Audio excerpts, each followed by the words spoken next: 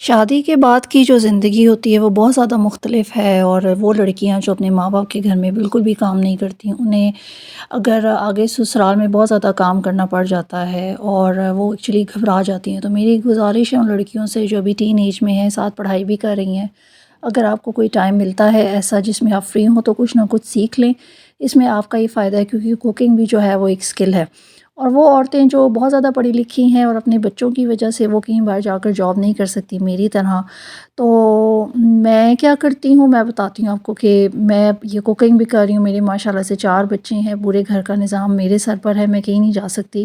تو میں گھر پر پڑھانا شروع ہو گئی ہوں۔ میں دبئی میں رہی 14 سال، میں نے وہاں جاب کی، لیکن یہاں پاکستان میں آ کر مجھے کوئی سوٹیبل جاب نظر نہیں آئی، تو میں نے سوچا کہ کیوں نہ میں اپنے ٹیلنٹ کو جو ہے اور جتنی بھی سکلز میں نے سیکھی ہیں وہ میں ان بچوں پر لگانا شروع کر دوں، اپنا ٹائم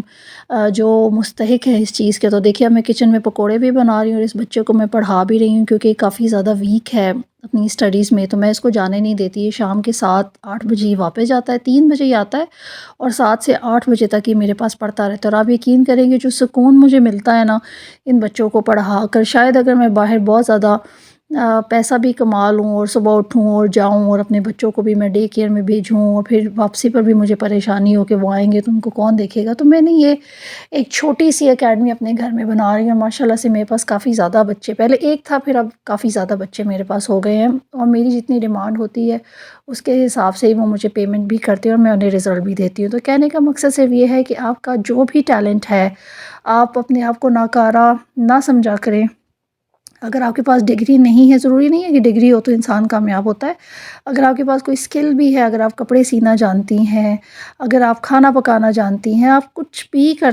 کرنا جانتی ہیں، تو میرے سے یوٹیوب جو ہے ایک بہت ہی زبردست پلیٹ فارم ہے جہاں پر آپ اپنی سکلز دکھا سکتی ہیں،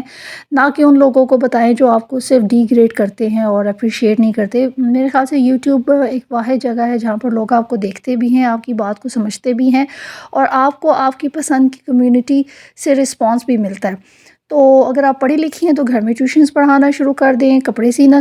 شروع کر دیں، کھانے بنا کر یوٹیوب پر ڈالنا شروع کر دیں، اور کچھ بھی کام ہے آپ یوٹیوب کو اپنا سورس آف انکم بنا سکتی ہیں۔ اٹس ویری ایزی، بس یہ ہے کہ آپ کو ایک اپنا ٹائم مینیج کرنا پڑے گا۔ جب آپ کے بچے سو جائیں، سکون ہو، تو پھر آپ کوئی نہ کوئی اچھی بات بلکہ آپ دنیا کو بتا سکتی ہیں، یہ بھی ایک صدقہ جاریہ ہے۔ تو میں نے یہ کام کرنا شروع کیا اور ماشاءاللہ سے مجھے ڈیڑھ 2 سال ہو گئے ہیں، میں گھر میں ہی پڑھا رہی ہوں، اور میری اتنی سیلری ہو جاتی ہے کہ میں اپنی ضرورتیں پوری کر سکوں، کیونکہ مجھے کسی سے بھی مانگنا اچھا نہیں لگتا۔ تو آپ بھی یہ کام کر سکتی ہیں۔ تو انشاءاللہ